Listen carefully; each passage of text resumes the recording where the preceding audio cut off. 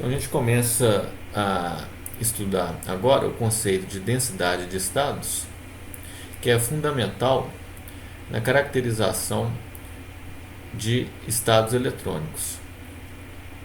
E a gente divide o estudo em três partes. Primeiro a gente investiga o caso de elétrons livres em três, duas e uma dimensão. Depois a gente parte para o caso geral, relacionando a densidade de estados com a estrutura de bandas de um material qualquer.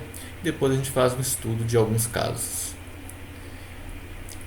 Isso corresponde a uma parte da aula do dia 21 de julho e do dia 23 de julho. Então, começando com o caso de elétrons livres, a ideia aqui é que a gente já conhece soluções da equação de Schrödinger e a relação de dispersão, que é uma relação de dispersão parabólica. Assim, se o V é igual a zero, o potencial é nulo, as soluções da equação de Schrödinger são ondas planas, a menos de uma constante de normalização. E as energias, autoenergias, são dadas por H/2 K2 sobre 2m, a relação de dispersão parabólica que caracteriza essa situação. Aqui, energia em função do K. Além disso, nós temos condições de contorno, que são as condições de contorno periódicas, tipo Bohr-von-Karman, que fazem um cristal se repetir depois de um comprimento L. Essas condições de contorno se refletem na função de onda, fazendo-a repetir depois desse comprimento. Ou seja, na direção x, por exemplo, nós temos que ter e elevado a ikxx é igual a e elevado a ikx, x mais L. Um Lx, mas vou colocar L, considerando Lx, Ly, Lz todos iguais. Ora, isso implica e elevado a ikxl igual a 1, o que restringe os valores possíveis de kx àqueles que satisfazem a relação 2π sobre L vezes o inteiro nx. Isso leva então a um espaçamento ΔKx entre k's permitidos que vale 2π sobre L. Essa é a distância ΔK entre um k permitido e o seu adjacente. O mesmo vale para ΔKy e para ΔKz. Tudo isso levado em conta me diz que há um volume ΔΩ associado a cada k permitido que deve ser 2π sobre L ao cubo, o produto do espaçamento nas três direções. Então esse volume 2π sobre L ao cubo vai ser importante na hora da gente calcular o número de estados permitidos num sistema, como a gente vai fazer agora para três dimensões. Então qual que é a ideia? Eu tenho em três dimensões no espaço K, onde eu estou indexando meus estados, Kx, Ky e Kz. Aí eu defino uma esfera de raio K, e aqui dentro tem vários Ks permitidos. Eu quero contar esses Ks. O número de partículas com K menor que esse K da minha esfera vai ser duas vezes o número desses pontos, 2 por causa da multiplicidade de spin. Então, o número de estados vai ser dado por duas vezes o volume dessa esfera, 4/3 de πk ao cubo, dividido pelo volume ocupado por um estado K, que eu sei que é 2π sobre L ao cubo. Então, cada K aqui ocupa um volume 2π sobre L ao cubo, que é o que eu tinha determinado aqui em cima. E o volume da esfera é 4/3 de πk3. Logo, isso me leva a um N que vai ser V, definindo V como o volume do meu cristal, L ao cubo, K ao cubo, dividido por 3π2. Ora, eu tenho N em função de K, ou N sobre V em função de K, que vai ser K ao cubo sobre 3π2. O que eu posso fazer agora é usar a relação de dispersão de elétrons livres para colocar K em função de e assim conseguir expressar N sobre V como uma função de Daí eu vou chegar diretamente ao conceito de densidade de estados. Logo, substituindo a relação de dispersão na relação para N sobre V, eu obtenho que o N sobre V vai ser 2m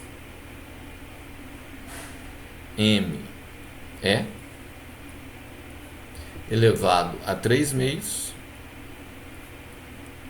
dividido por 3π2 h barra ao cubo.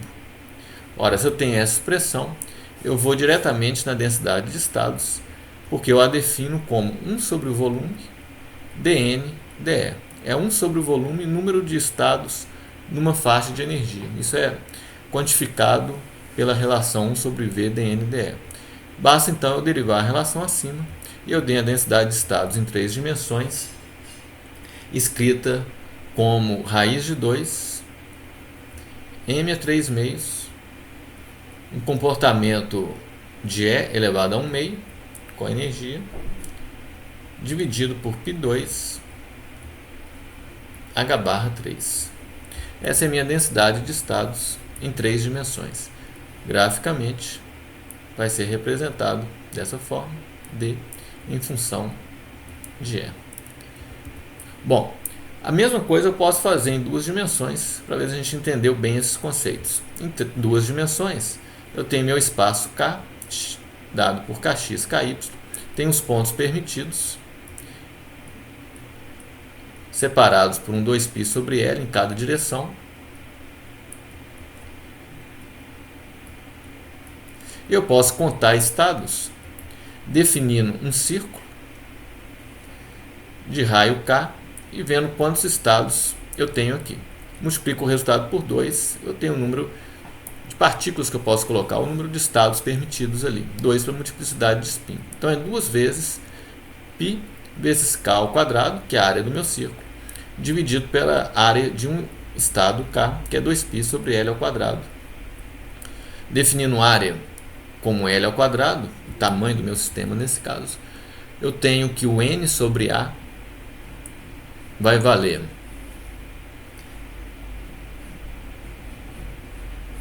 K2 dividido por 2π.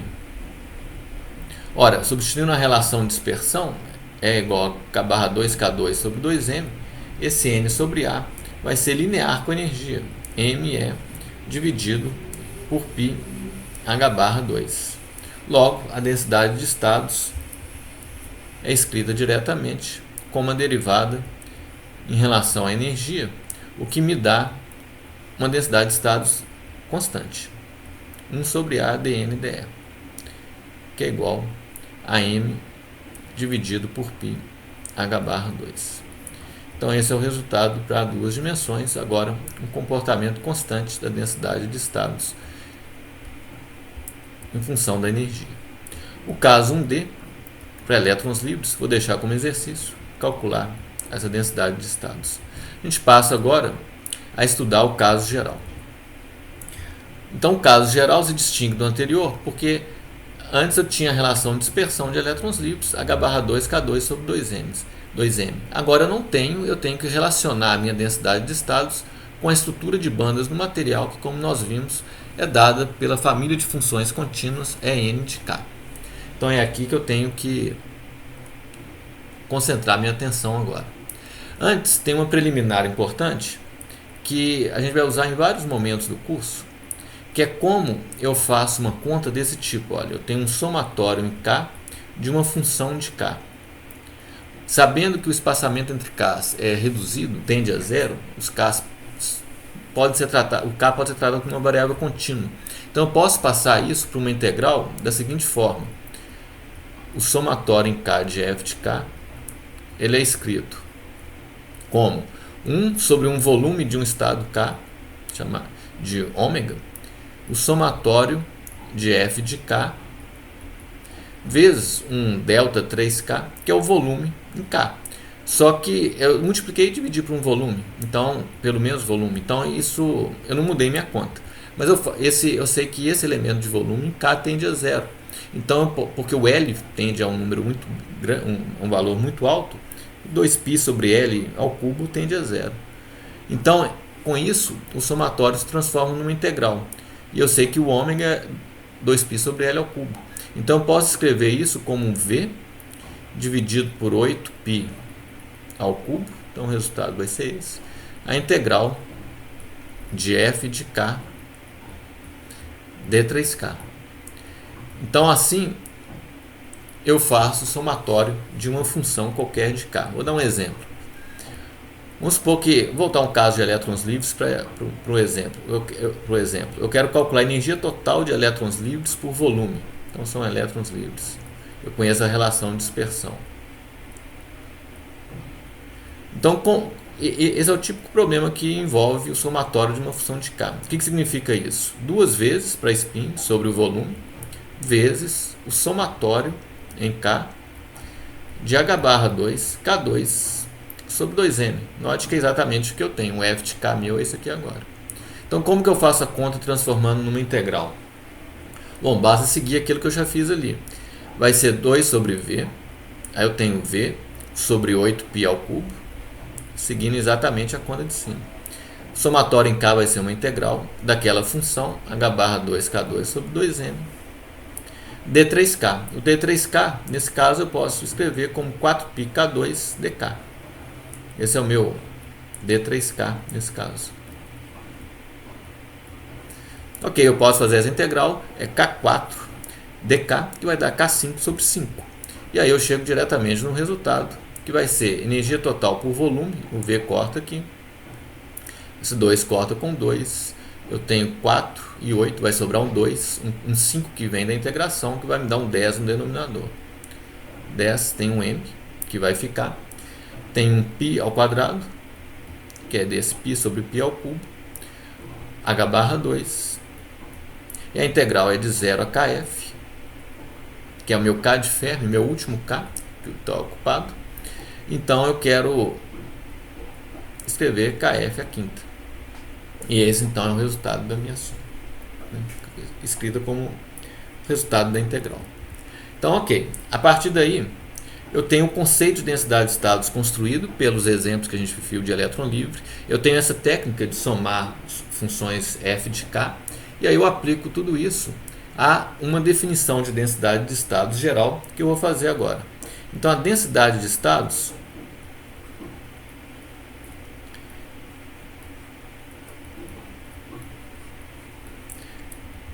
vai ser definida como 1 sobre V,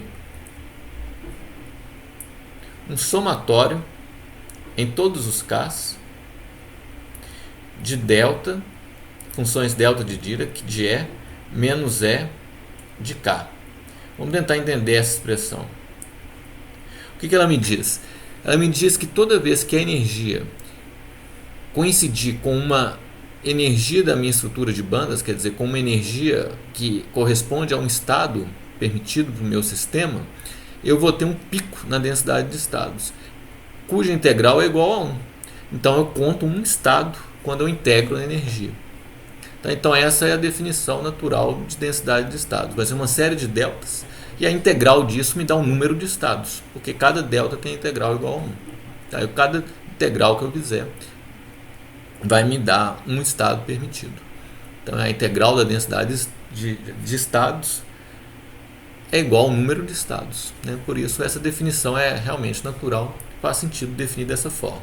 Eu posso dividir isso numa somatória em bandas, definindo uma densidade de estados para cada banda, um Gn de E.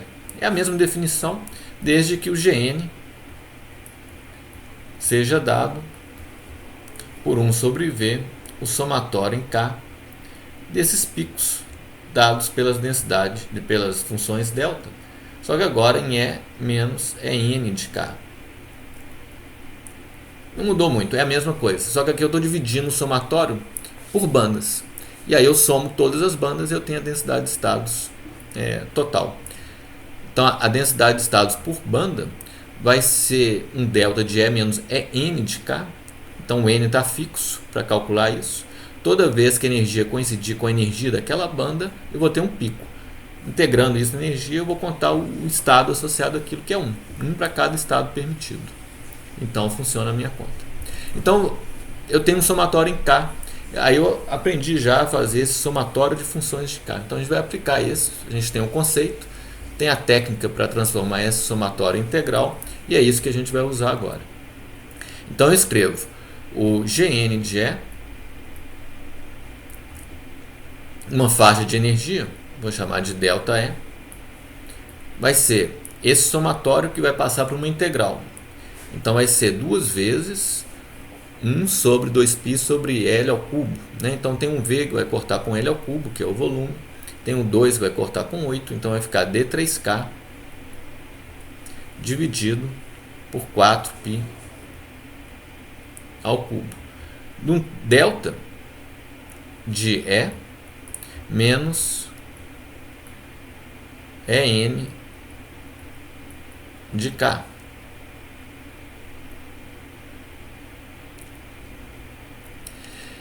Então, aqui eu tenho que toda vez que a minha energia coincidir com a energia de uma banda N, que estou variando o K, então eu estou fazendo, através da minha integral, então eu estou fazendo uma varredura em todos os meus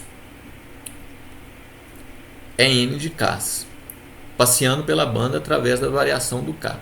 Toda vez que coincidir com a energia que eu estou considerando, ou com a faixa de energia, isso aqui pode contar 1 ou 0, porque eu tenho esses picos de função delta de Dirac. Então, se estiver fora da faixa, vai ser 0. Se estiver dentro da faixa, vai ser 1. Ou seja, eu escrevo isso como uma integral em D3K sobre 4π3 vezes 1, que é o resultado dessa integral, se o meu EN de K, que está sendo varrido através da variação de K, se encontrar na faixa de energia que eu estou considerando, que é E, e E mais um certo ΔE. E vai contar 0 de outra maneira.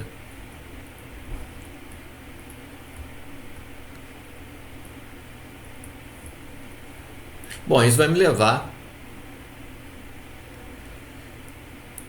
ao meu resultado, desde que eu consiga fazer essa integral em D3K. Então, como que a gente vai fazer essa integral em D3K?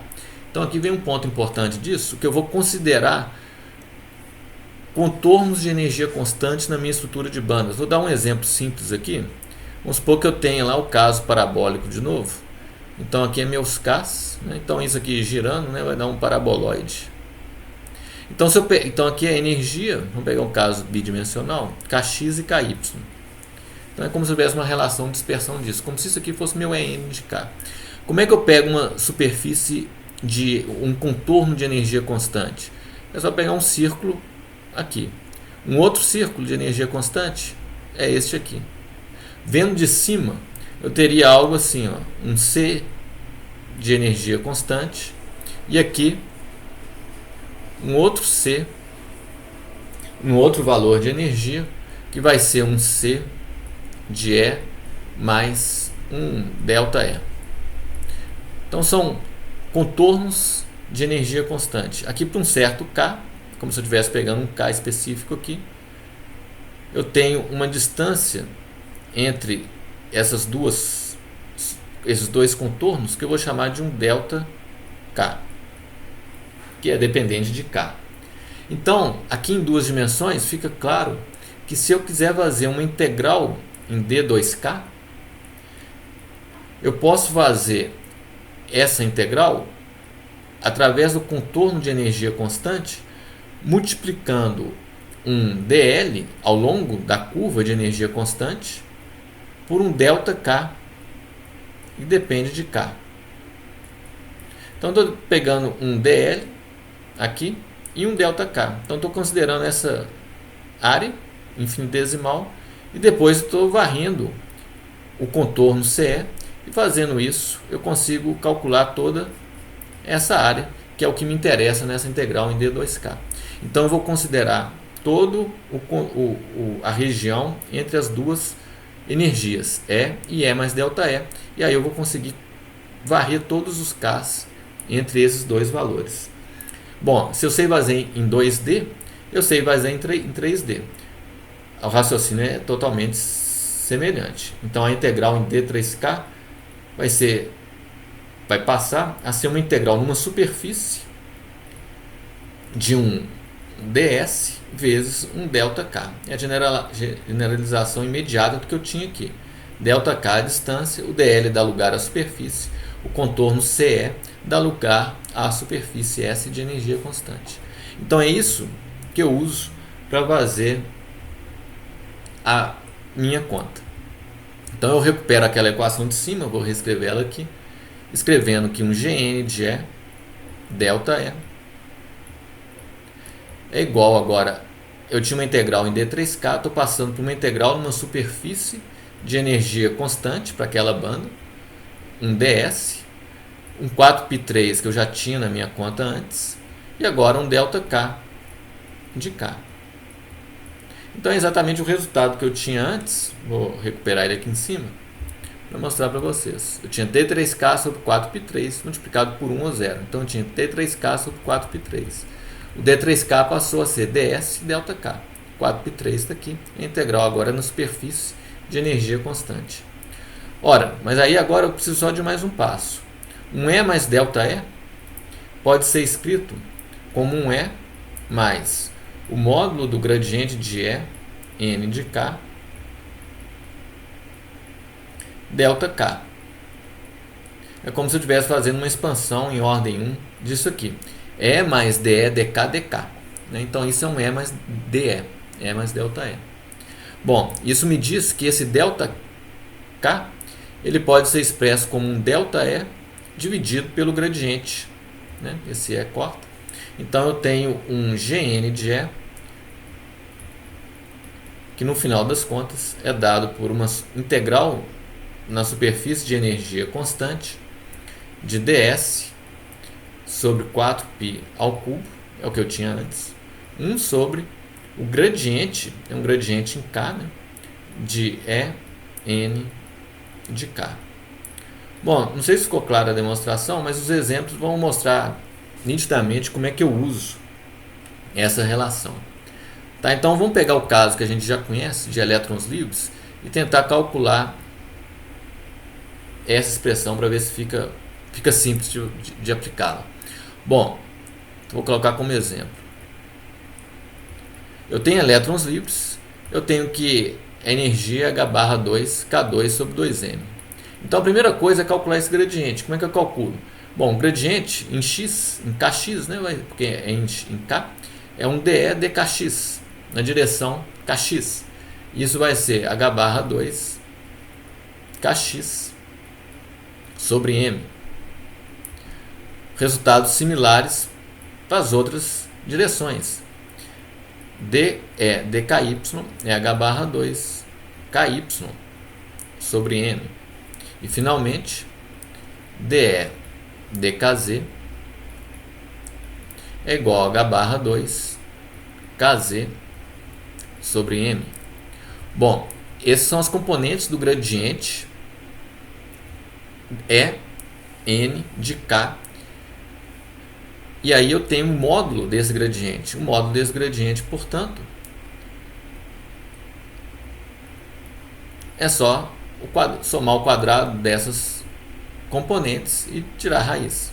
Então é n de k, módulo do gradiente, vai ser H/2 sobre m, raiz de kx2 mais ky2 mais kz2, que é o k. Então esse é o gradiente que aparece ali. Bom, leva isso no resultado. O Gn de E, portanto, é a integral na superfície de energia constante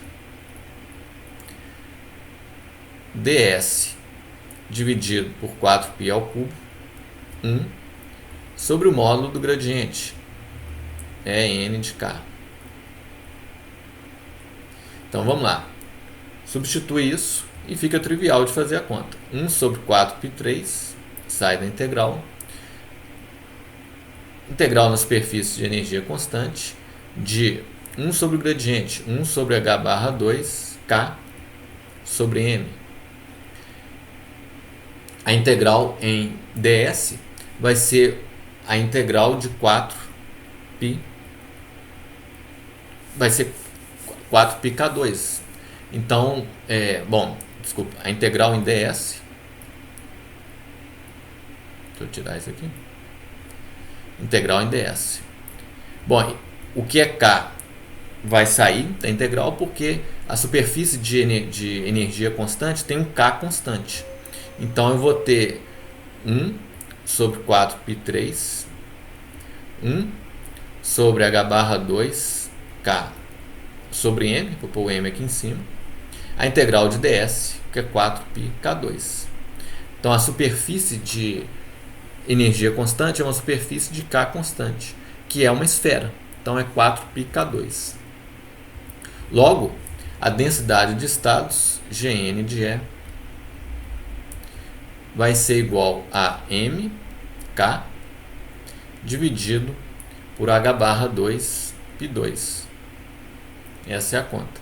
Substituindo o k em função da energia, isso vai dar a raiz de 2 m a 3 meios E a 1 meio dividido por π2 h barra 3, resultado familiar que a gente tinha calculado para elétrons livres no primeiro exemplo dessa aula. Então a gente chega a ele através do cálculo da expressão geral. Tá? Um exercício muito interessante é fazer agora a densidade de estados por caso de uma dispersão linear. A dispersão linear, ela aparece, por exemplo, no caso do grafeno, quando eu tenho no ponto K, então aqui uma linha que representa pontos K, energia, eu tenho um ponto, que é o ponto K da zona de Brillouin, que tem uma dispersão em torno dele linear. Então eu posso representar essa dispersão em torno ali do ponto K maiúsculo como sendo uma constante que eu vou chamar de h barra Vf, velocidade de Fermi vezes h barra, vezes o módulo de K. Aí dá essa dispersão na forma de duas linhas que se cruzam. Então essa é a dispersão que eu teria que levar na minha expressão para fazer a conta. Então o resultado é direto. Olha, os passos que eu tenho que seguir são os mesmos. Calcular o gradiente de En de K. Então eu calculo, eu tenho duas dimensões, vou calcular um dE dkx e um dE dky. Então são as duas coisas que eu preciso calcular para essa dispersão linear. Então vou colocar aqui só o que vai dar. dE dkx vai ser aquela constante que eu chamei de h barra Vf, kx sobre módulo de K.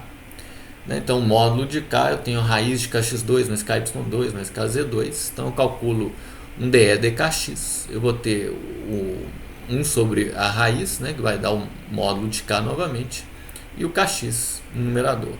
Resultado análogo para o ky, h barra Vf, ky sobre K. Juntando as informações, eu tenho o módulo do gradiente em K do E, que vai ser então h barra Vf. Veja bem que é isso mesmo, h barra Vf multiplica as duas componentes, eu tenho kx2 mais ky2 sobre k2, e isso vai me dar 1, Então eu tenho essa conta. Então levem isso na expressão. De novo, vou escrever aqui para a gente guardar como é que a gente calcula a densidade de estados para essa banda.